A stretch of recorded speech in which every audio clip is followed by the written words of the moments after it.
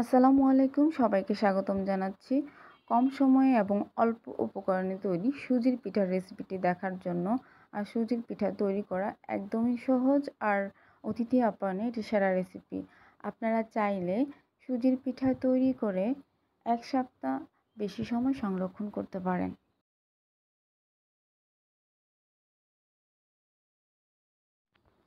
এই সুজির পিঠাটি তৈরি করার জন্য আমি একটা ডিম নিয়েছি, আর ডিমটা অবশ্যই স্বাভাবিক তাপমাত্রা হতে হবে।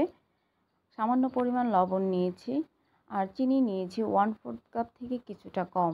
তারপর এই সবগুলো উপকরণ ভালোভাবে মিশিয়ে নিতে হবে, চিনিটা যতক্ষণ পর্যন্ত না গলে যায়।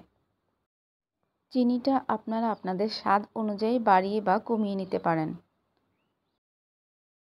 ডিম চিনির এই মিশ্রণের মধ্যে আমি 1 কাপ পরিমাণ সুজি মিশিয়ে নিব, তবে একসাথে দিব না, অল্প অল্প সুজি দিব আর মিশিয়ে নিব, তাহলে খুব ভালোভাবে ডিমের সাথে মিশে যাবে। এখন আমি এখানে 2 টেবিল চামচ পরিমাণ গুঁড়া দুধ দিয়েছি এই পিঠার স্বাদটা বাড়ানোর জন্য। ভালোভাবে মেখে নিব। সবগুলো উপকরণ ভালোভাবে মেখে নেওয়ার পর আমি এটা রেস্টে রেখে দিব 10 মিনিটের জন্য। তবে 5 মিনিট রেস্টে রেখেও পিঠাটা তৈরি করা যায়। তবে আমি আমার অভিজ্ঞতাটা শেয়ার করছি। কম সময় রেস্টে রেখে পিঠাটা তৈরি করলে অনেক সময় গরম তেলে দেওয়ার সাথে সাথে চারিদিকে ছড়িয়ে পড়ে। 10 মিনিটের মতো রেস্টে রাখলে পিঠাটা অত শক্তও হবে না, অতটা নরমও হবে না। তবে 10 মিনিটের বেশি সময় যদি রেস্টে রাখেন তাহলে পিঠাটা শক্ত হয়ে যাবে।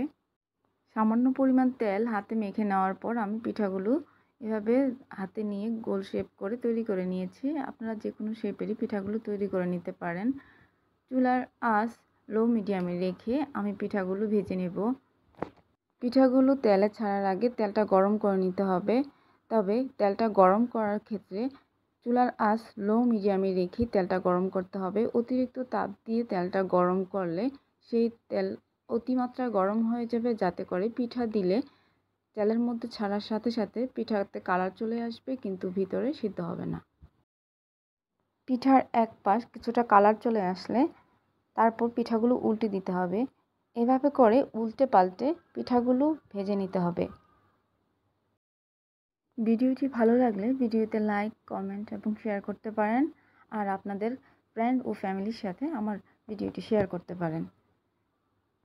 বাসায় একবার হলেও রেসিপিটি ট্রাই করে দেখবেন, আর কেমন হয়েছে সেটা আমার কমেন্টে জানাবেন। সবাই অনেক ভালো থাকবেন, সবাই সবার জন্য দোয়া করবেন। আল্লাহ হাফেজ, আসসালামু আলাইকুম।